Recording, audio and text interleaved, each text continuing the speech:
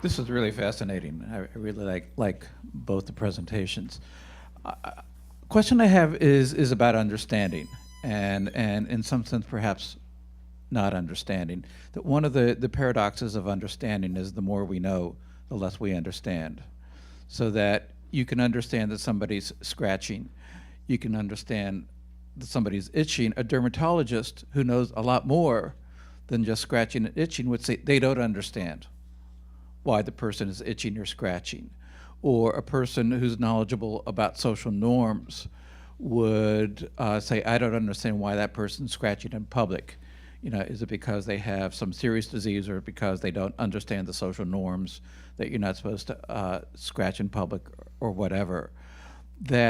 So understanding is really relative to many different levels.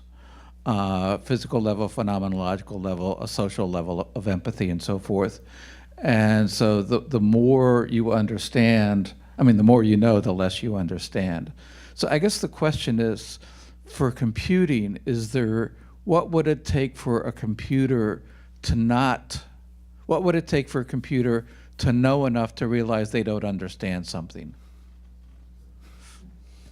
I have to agree with you. Understanding is a really slippery concept. Endless philosophical disquisitions have been written about our ability to understand or not understand, or limiting ourselves by understanding too much. I think the easy way out, which people like me often take in the area within communication, which is called pragmatics, is to have a sort of behaviorist conception. You understand something if you act afterwards in a way which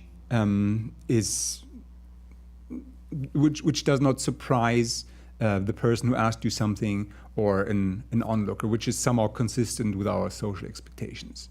So although that does not mean that we know anything about your mental processes, we do not know whether you've really understood something, we get the sense that you acted right. So understanding must have taken place. Of course, at the same time, an alien could have taken over your brain, and this alien uses a completely different source of information than we humans in order to figure out how to respond adequately. And that is exactly the part in the equation which we ignore, in order not to get into these philosophical trenches. I think the philosophical issues are not to be bypassed. I think if they're, I'm not saying you're bypassing, of course, Wendelin, but if one bypasses them, one ends up talking in a way that many of my computationally inclined colleagues talk, as if, for instance, a representation in a computer is a belief, all right? As if computers have knowledge. Now, I'm going to take up the particular point amongst several that you make about how would a computer realize it doesn't understand. I think that's really interesting. If we just think about understanding, I mentioned this theory of mind idea. Many of you will have heard of this theory of mind. Everybody goes on about theory of mind. I think it's a disastrous notion that we arrive at a theory of other people's minds. What we arrive at is knowledge. Like I have knowledge of the table, I have knowledge that you have minds. No question about it. For me, unlike some children with autism who say, look, I have to remind myself that you're a person. I mean, it's that bad. Okay, so then you've got to say, okay, how do you come to an understanding of minds? I think Strawson was right. Actually, it's the concept of persons, which is the primitive. The primitive is persons. You see infants relating to persons. We as grown-ups come to think about persons as having bodies and minds. But that's our particular way of understanding. The primitive concept is persons, and the primitive state is relating to persons as persons. Philosopher David Hamlin, who was a Birkbeck, made what I think is a really important point, is that part of our understanding of what an X is an understanding, or at least an experience of, appropriate relations between ourselves and X. So take the case of persons. If you always treated persons as things, you would not have the concept of persons. And indeed, I'll give you an illustration. Here, a person with Asperger's syndrome, a form of autism, before I came into the field to study it on the psychiatric wards, went around and couldn't understand what a friend is. And he would say, are you a friend? Is that person a friend? And they even tried teach them what a friend is. And the answer is you don't understand what a friend is until you experience the form of relation with others that constitutes friendship, at which point you can understand what a friend is and use the word and the language takes off. Otherwise, you're at sea. In other words, the issue of understanding and the relations with the world are very intimately connected. Now, the way you frame your question, of course, adds this further level, namely, the computer's got to realize it's got to have self-reflective awareness and have a concept of what it means to understand that it doesn't understand. Now, one of the most peculiar and moving things about some adolescents with autism, and I don't understand this, is that they do understand that they don't understand. And a quote like, I can't mind read like you. You know, or this one I quoted just now. This is literally from an adolescent with autism. You know, I don't, how did it say? I said something like, you know, I don't experience people like you do. I have to remind myself that there are people. So it's very poignant. How this happens, heaven only knows. But I just want to mark that the issue of self and other, again embodied, and self-reflective awareness, linked again with the interpersonal relations and the notional understanding, that's a very important complex that computationalists ignore at their peril.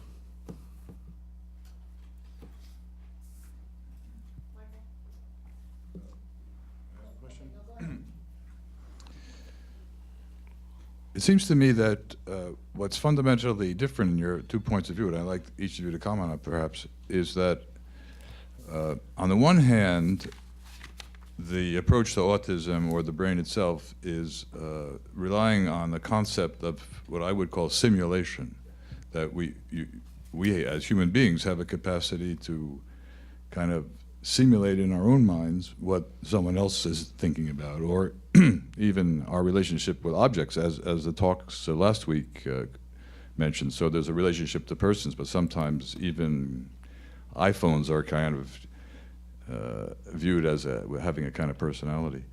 So I think the simulation feature is what is kind of the key to what you're talking about. And then the computer is a machine for simulation, but it's not the same kind of simulation. It's a way of mimicking behavior in which a computer is simply programmed to act as if it was doing something that occurs on the human side. So it seems to me that both camps are using simulation, but in ways that are totally incompatible. I should perhaps start by pointing out that, at least in my view, the fact that I'm using a simulated world here of something that could happen in a real room with a robot and a person has nothing to do with, I think, simulation theory, and I don't think it's that what you're getting at. The correspondence would be me putting some kind of simulation device into the code that drives the comprehension of the robotic agent within the simulation. That would be an analog for simulation theory or understanding other people by way of simulation. Now that idea is still just a theory. It is a very interesting theory, simulation theory. Certainly something that has accumulated some empirical evidence, but it also leaves out many questions, like what are these simulative processes? Are they mainly affective, for instance, or are they of a cognitive nature? And what kind of information is processed during them? To what extent are they even necessary? The kind of thing I'm studying here does not require necessarily simulation, because when you understand at least simple forms of communication, you can rely on something like a shared world hypothesis. You can just make the assumption that everything I know is also known by the other agents. So I do not distinguish between what I know and what the other knows, which means I do not have to simulate their point of view. If you get into affect, of course, which I do not do in this situation here, then it would get more complicated. Then of course, Pete would tell me that, yes, you have to use more advanced inferences about the other simulation. I'm not sure if I would talk about inferences, and I also have unease about simulation. Simulation, I mean, there are different forms of simulation theory, as you probably know. Certainly the one classic form, I think, is a disaster, and that's the form, I know my own experiences, you look a bit like me, I infer that you have a mind, and I can repeatedly simulate what it would be like for me if I was you, and that's my way of understanding. That is a basis for understanding other people, I think, is a disaster. Wittgenstein had the most important kind of attack on the notion of this private language that I have in myself, which is not subject to correction, which somehow can sustain itself in a consistent way within my own mind. I believe with Wittgenstein that won't hold. But there are other forms of simulation, and I think there's an element of simulation which is right, certainly when contrasted with its opposite, which is often pitted against, namely theory.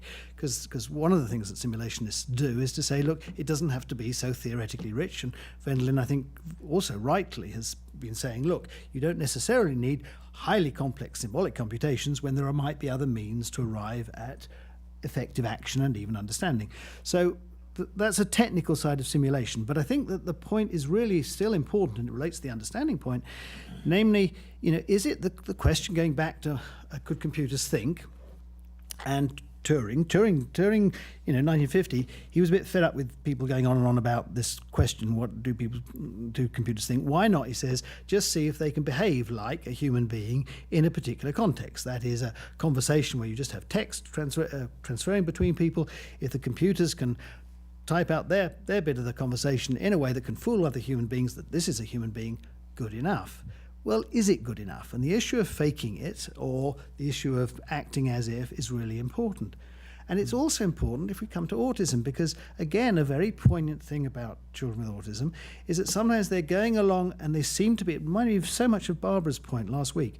She talked about, when you're relating to computers, they can seem so intelligent, you get kind of this idea that, this is really a clever machine, and suddenly it all goes wrong. The computer is at sea with something that we human beings find relatively simple, as if in a different world. Now, that's a very common experience with children with autism. You think you're in the same place, and suddenly things happen. You think, we're in a completely different area. Not only that, but I'm going to just give an illustration. I'm going to use this as a pretext, because there was one other thing I wanted to make the link between autism and computers. We've got the Turing test, so let's just consider that for a moment. Now, I'd like to ask the question of Barbara and others, if you're trying to pass the Turing test, in other words, you're designing your computer to get it to be linguistically appropriate, but also pragmatically appropriate in conversation with somebody else. All right, so that's your problem. Now let me just give you just 4 quick examples of children with autism. And I'm not just saying they're just computers, they're very much human beings and so on, but the kinds of difficulty that the child with autism has in flexibility and context sensitivity in communication and language seems to me non-trivially similar to the kinds of problems that poor computationists face in getting their computers to behave like human beings. And that may not be a coincidence. So just listen to these. These are quotes. Questioner to a child with autism: what did you have for dinner? Answer in a funny tone of voice: meat and cabbage and potatoes and gravy and salt and jam tart and custard and orange and cup of tea. What's wrong with that? Or a child who always referred to the dog's dinner plate as a dish. When asked to put scraps in the dog's bowl, she gave food to the dog in the washing up bowl. A man with autism participating in a conference was asked from the audience, "Do you have a hobby?" And he replied, "Yes." And finally, a child with autism who asked if he had lost his tongue frantically began to search for it. Now, what's the kind of difficulty that these children are facing, and does it or does it not, Barbara, I see nodding reassuringly, relate to the kinds of difficulties that computers have? And then the question is, why? What is missing in each case? So I am actually not going to answer, Pete, but I'm going to ask you and Wendelin to comment on the following. One difference in this kind of debate from the 70s and 80s and 90s when it went on is that there are now a lot of robots out in the world. Some of them are very individualistic, like the ones that vacuum people's houses. But there's also an annual robot soccer competition. The high school here, the kids actually build robots. They play on teams against each other. There are even robot commentators on these games. So what difference does the existence of those robots moving around, they're embodied and moving around the world and they're kicking them, what difference does the existence of those robots make to the discussion? And if you get bored with that question, what about the robots in Japan that look like little doggies and cats and amuse elderly people?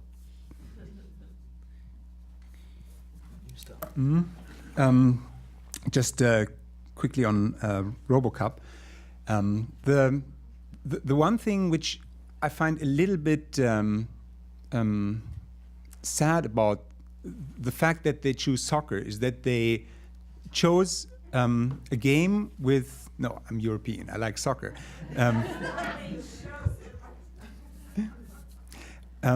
But the kinds of things, the kinds of interactions that can go on between these robots is of course pre-constrained by the rules of the game. And you can achieve enormous complexity in soccer without ever having to communicate, which is the sad part for me. So Robocop is certainly a great way for studying things like locomotion, things like planning, things like basic forms of spatial coordination, pursuing a goal together. But it's still quite far removed from the typical kinds of social interactions which we have throughout the day as humans, I would say. You disagree?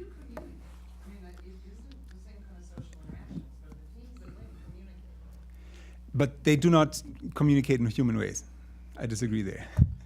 You see that? I mean- I think you put your hands up, Bob, but that's going to be critical. I mean, I think it's an advance. So you've got embodiment. That's a good start, right? And you've got more than one interacting. That's another good bit. So, okay, we're getting into the business. We're then going to be, and partly it's an empirical issue, of course. We're going to see what they can do, what they can't do, partly. It comes down, then my question is, okay, what kind of relations do they have to the world and to each other? And how does that then relate to the quality of the communication, what can be achieved and what can't? And then we're going to get on to the issue about how they develop. What's going to be the story, once you get this interacting, of how the system develops over time and what its new properties are? And what I'm saying to you is that until you get... Now, let's for a moment leave computers. You have to be careful just about the ethical issue to move to children with autism, because I don't want to make the parallel too close. Nevertheless, let's just move to the issue of children with autism. The important thing, I think, and the reason they're so fascinating to study, is precisely that it's not across the board. Some things they can do relatively well, including their linking with other people, including aspects of their social engagement. Attachments are relatively spared in these children, despite the atypicalities in their personal relatedness. What they can achieve gets them a long way. But by golly, it doesn't get them all the way. And the question then is, what's missing? All right? And I'm just saying to you, until I get more depth of description of the nature of the relations between these robots and the world, the nature of the communication being part of it, and then of course there are all kinds of issues about the criteria one wish to apply to make judgments about those things, that I think is where the next step is going to be. But it seems to me that that's on the right track.